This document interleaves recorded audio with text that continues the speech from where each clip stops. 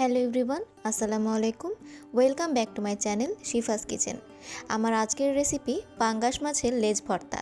ভর্তা তো অনেকভাবেই খেয়েছেন, তবে এভাবে একবার ট্রাই করে দেখুন, দেখবেন কতটা মজা হয়। তাহলে চলুন চলে যাওয়া যাক মূল প্রস্তুত প্রণালীতে। আমি এখানে নিয়ে নিয়েছি 2টা পাঙ্গাস মাছের লেজ। আপনারা চাইলে যে কোনো বড় মাছের লেজ দিয়ে এটা করতে পারেন, তবে পাঙ্গাস মাছের লেজ দিয়ে করলে খেতে বেশি ভালো লাগবে। আমি এখানে লেজ দুটিতে স্বাদমতো লবণ এবং হালকা হলুদ গুঁড়া দিয়ে ভালো করে ম্যারিনেট করে নিব।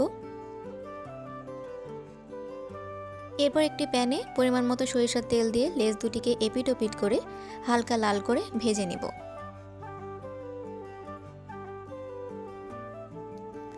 আপনারা তো মাছের লেজ ভর্তা অনেকেই অনেকভাবে খেয়েছেন, তবে এভাবে একবার ট্রাই করে দেখুন, একটা ভর্তা দিয়েই ভাত খাওয়া হয়ে যাবে, আর কিছুই লাগবে না।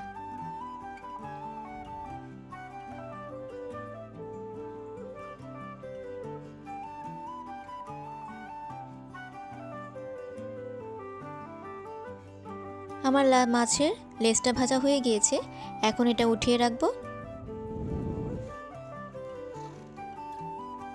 এরপর এই তেলের মধ্যেই দিয়ে দিব শুকনো মরিচ 7 থেকে 9টি, ভালো করে ভেজে নিব।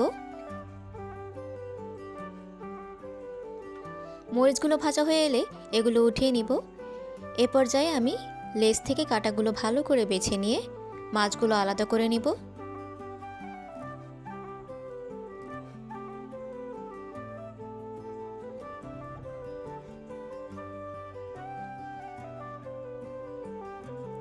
এরপর সেই তেলেই আবার দিয়ে দিব সরিষার তেল 1.5 টেবিল চামচ।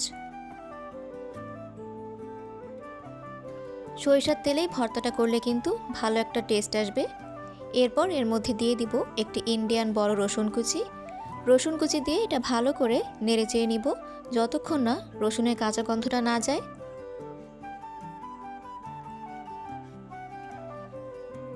এরপর এর মধ্যে দিয়ে দিব পেঁয়াজ কুচি হাফ কাপ। পেঁয়াজ কুচি দিয়ে ভালো করে নেড়েচেড়ে নিব। পেঁয়াজটা হালকা লাল হয়ে এলে এর মধ্যে দিয়ে দিব 2টি বড় সাইজের টমেটো কুচি। টমেটো কুচি দিয়ে ভালো করে নেড়েচেড়ে এর মধ্যে দিয়ে দিব লবণ স্বাদ মতো। তারপর এর মধ্যে দিয়ে দিব হলুদ গুঁড়া 1 চা চামচ। হলুদ গুঁড়া দিয়ে সবগুলো ভালো করে নেড়েচেড়ে নিব। এ পর্যায়ে এর মধ্যে দিয়ে দিব ফ্লেভারের জন্য কাঁচামরিচ কুচি 1 টেবিল চামচের মতো। এরপর হালকা একটু নেড়েচেড়ে নিব। তারপর এর মধ্যে দিয়ে দিব কাশ্মীরি লাল মরিচের গুঁড়া 1 চা চামচ। এতে করে কালারটা কিন্তু ভালো আসবে। এরপর হালকা নেড়েচেড়ে দিয়ে দিব আগে থেকে বেছে রাখা মাছগুলো।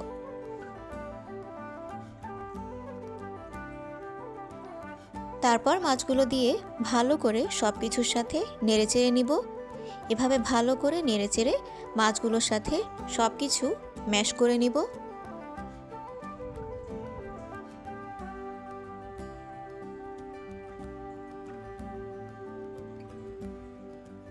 এই ভর্তাটা কিন্তু দেখতে যেমন লোভনীয় হয়, খেতেও কিন্তু দারুণ হয়। এ পর্যায়ে এসে আমি এর মধ্যে দিয়ে দিব ধনেপাতা কুচি 1 কাপ। ধনেপাতা কুচি দিয়ে ভালো করে আবারও নেড়েচেড়ে নিব।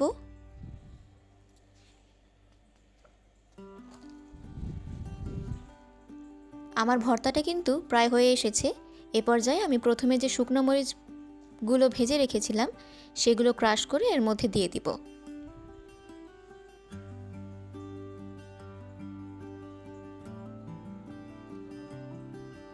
যারা যতটুকু ঝাল পছন্দ করেন সেই অনুযায়ী ভর্তায় ঝাল দিয়ে দিবেন।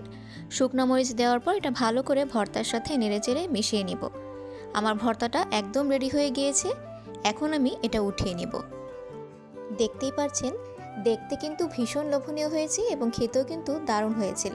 আপনার কিন্তু বাসায় এটা একবার হলেও ট্রাই করে দেখবেন কেমন লেগেছে এবং আমাকে কমেন্ট করে জানাবেন। আমার এই ভর্তার রেসিপিটা যদি আপনাদের কাছে ভালো লেগে থাকে তাহলে অবশ্যই আমার চ্যানেলটিকে সাবস্ক্রাইব করে আমার পাশেই থাকবেন। ধন্যবাদ।